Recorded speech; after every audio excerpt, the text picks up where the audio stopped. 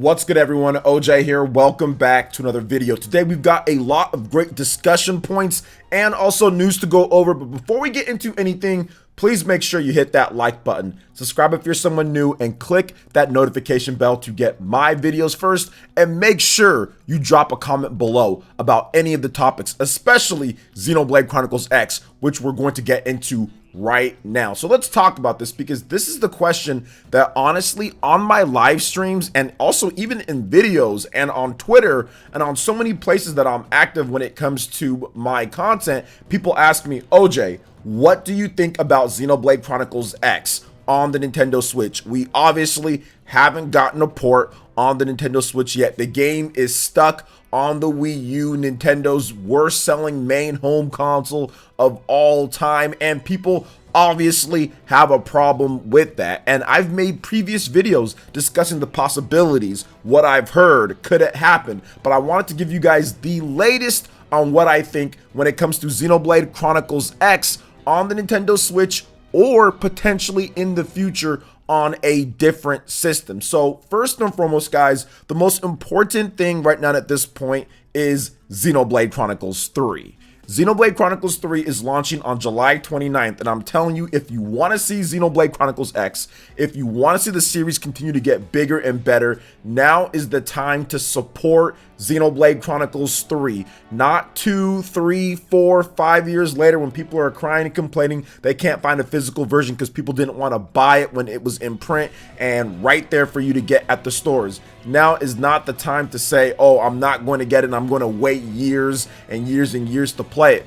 Xenoblade Chronicles is a game that, one, is probably going to be more rare down the line, just like all of the Xenoblade games usually become, or like Xenoblade Chronicles 2, extremely rare, whether it's the physical version or it's the special edition of the game. So that's one reason to do it. But I think that all of the focus, the reason why I'm bringing this up, is that all of the focus right now for Nintendo is not on Xenoblade Chronicles X. It's on Xenoblade Chronicles 3. That's where all the focus is. That's where the team is going to spend all their marketing money, time, and effort. That's what they want everyone to buy right now, is Xenoblade Chronicles 3. They weren't going to release Xenoblade Chronicles X before Xenoblade Chronicles 3 and get people's attention off of that, or say, okay, well, maybe I'll buy one and then the other one, or maybe I'll play through all these other ones first. They want the focus to be on Xenoblade Chronicles 3 and Xenoblade Chronicles 3 alone. And for that, they're not going to have Xenoblade Chronicles X before Xenoblade Chronicles 3. Clearly, at this point, you know, now I'm recording this video pretty much in June. It's almost June coming up here. They're not going to be sitting there and diverting attention to Xenoblade Chronicles X, which is another massive game and a huge and probably expensive port. Now, when could we see Xenoblade Chronicles X? I think it's going to be well after Xenoblade Chronicles 3's big hype and release, and then of course post-launch content, because we do know that there's going to be in-game purchases, which probably means that there's going to be DLC or a season pass that they're going to announce sometime in the next month, probably June, maybe at the next Nintendo Direct. They're probably going to talk about some type of season pass or extra DLC that you're going to be able to get in the game. So I think that all of the focus is on right there. But I think that probably next year or the following year,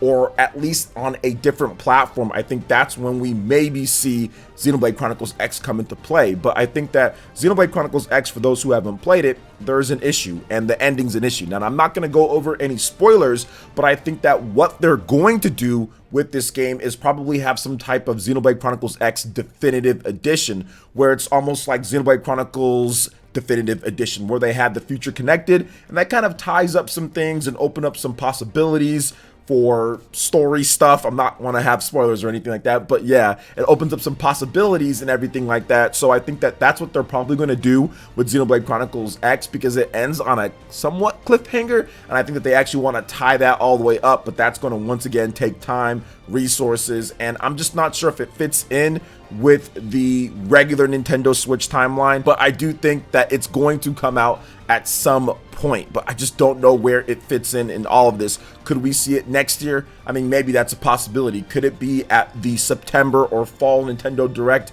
for early launch of next year? Absolutely. That's how Xenoblade Chronicles Definitive Edition was created and announced and everything like that. So I do think that it's a possibility for early next year, but we just don't know. There hasn't been any rumors when it comes to solid information that I can track down definitive with any of my sources that say, yes, this is coming and it's going to be at this place this time. I've just heard little things here and there, but nothing that's concrete or solid. So that's maybe not the information that you guys want to hear with Xenoblade Chronicles X, but I do think at some point it will be ported over to a more modern Nintendo system, whether that's the regular Nintendo Switch, or that's the Nintendo Switch 2 or next gen Nintendo Switch, or it comes out as a cross-gen release, which I think that is also a very high possibility as well, to where, hey, you can get it on the Switch, or if you have the next Switch, it plays in better performance. I think that Nintendo is going to do something similar to kind of how Xbox has done it a bit, and also PlayStation as well, considering that they have a hit on their hands with the Nintendo Switch. But those are just my thoughts on that. I think that the game is obviously in demand. People like the game quite a bit. Now, even if you look at the Xenoblade Chronicles X debut sales back all the way in 2015, I looked at the numbers. That game sold 85,000 units plus on the failing Wii U all the way back then, not including digital. So clearly with the Nintendo Switch and the type of system that it is, with the big install base that it has now, that it's well more than what the 3DS has in Japan, and it's over 100 million, and will probably end up right with the Nintendo DS or above the Nintendo DS as Nintendo's best selling system of all time.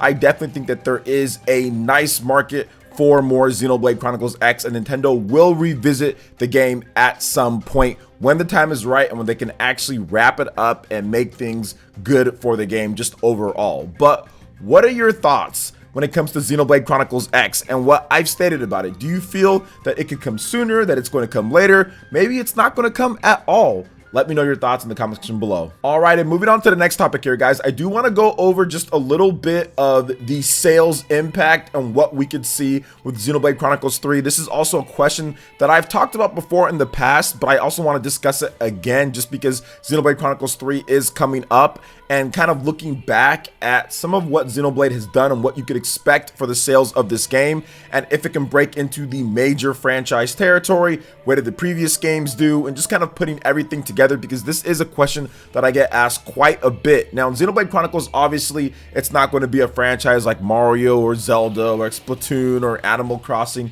or Smash Brothers or Pokemon or any of those type of games. Those are all, 10, 20, even up to 30 million unit sellers when it comes to certain games, and Xenoblade is not that. But just because Xenoblade doesn't do that good doesn't mean it's not worth making, and I think that's where a lot of gamers have the wrong idea about game sales. If a game doesn't sell 10 million, or if it doesn't have some type of crazy number, all of a sudden it's niche, it's not popular, nobody cares, and I think that that's ridiculous. Like, imagine if you sold 1 million albums, right? You would be a platinum artist, you would be a popular artist. So I don't know why we get into this whole mindset that a game has to sell 20 million or something like that for it to be even considered popular. No, there's varying levels of popularity and varying levels of success, and what you put into a game compared to what you make out of it. And we've seen with Monolith Soft that they are some of the most efficient and also great developers when it comes to turning a profit and being good at what they do.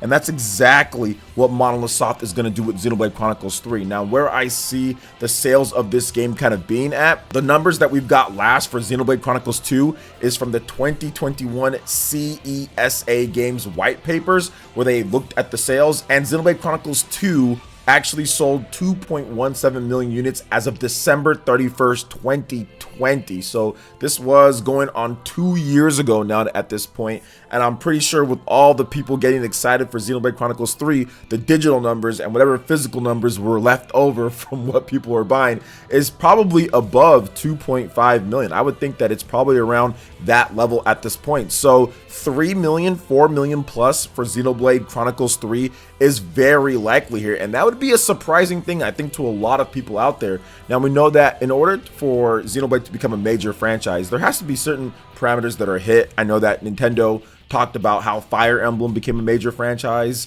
with Fire Emblem Fates, and that game didn't hit 3 million. And we know that Fire Emblem Three Houses is above 3 million and considered in the major franchise territory for Nintendo. So regular games do come out there thinking about it. Obviously, they get priority in Smash Bros., whatever the case is, right? So I think that with Xenoblade Chronicles 3, it has a very good chance of kind of maybe even catapulting itself above or right there with Fire Emblem. Fire Emblem has always sold a bit better than Xenoblade historically, but I think that this is actually the game where Xenoblade catches up or surpasses Fire Emblem, in my opinion, just because of when they were released. 2019 with Fire Emblem Three Houses compared to 2022 with Xenoblade Chronicles 3, and just so many more people having a Nintendo Switch with games like Pokemon Legends doing very well, Triangle Strategy doing well. I think that Xenoblade Chronicles 3 has really set itself up to have a very good launch, considering how Xenoblade Chronicles 2, Xenoblade X, Xenoblade Definitive Edition have done, and now with the install base of the Nintendo Switch. So I personally feel that the sales of Xenoblade Chronicles 3 are going to shock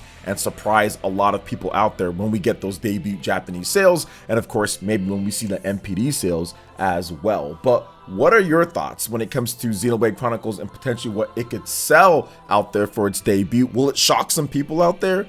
Let me know in the comment section below. All right, and moving on to the next topic, I do want to discuss a very interesting thing that these Triangle Strategy producers had to say about HD 2D, because I had a discussion on the channel recently about the cost of developing these type of games, and there seems to be this thought process, or there seems to be this narrative out there that HD 2D is just this cheap, you know, indie style game that's budget, that's okay, it's old school, it doesn't cost, they can just do these because we get them somewhat regularly, right? We get, you know, Octopath Traveler 2018, we got Triangle Strategy from Square Enix as well, we have Live Alive, so there's a number of them in the Switch's lifetime. So people think that, oh, they can just get these games out, it's no problem.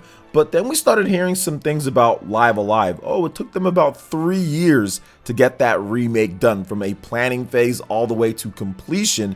And now the Triangle Strategy producer says, wait a minute, HD 2D costs more than you think. Now, in a recent interview, Nintendo Everything has the beat on this one, from the Japanese outlet 4Gamer, Triangle Strategy producers Mr. Asano and Arai discussed how the team was able to implement Square Enix's signature HD 2D art style in their latest release. And despite the art style being seemingly simplistic or straightforward in its implementation, they did note that, quote, it costs more than you think and required the help of teams who have previously worked with the tech to finish development in such a short amount of time. So this is something that we've discussed on the channel. So here is one of the questions posed. We talked before about accurate HD 2D. Have you put together a definitive Bible of sorts for it?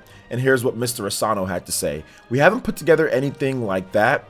The way it's expressed differs per title, so the HD 2D flavor will be significantly different every time. With Live Alive, for example, the atmosphere in the prehistoric section is going to be different to the sci-fi scenario. Our range of expression has increased thanks to new ideas we've devised. Now, another question posed was, one thing I've wondered is why no other developers have tried anything like HD 2D.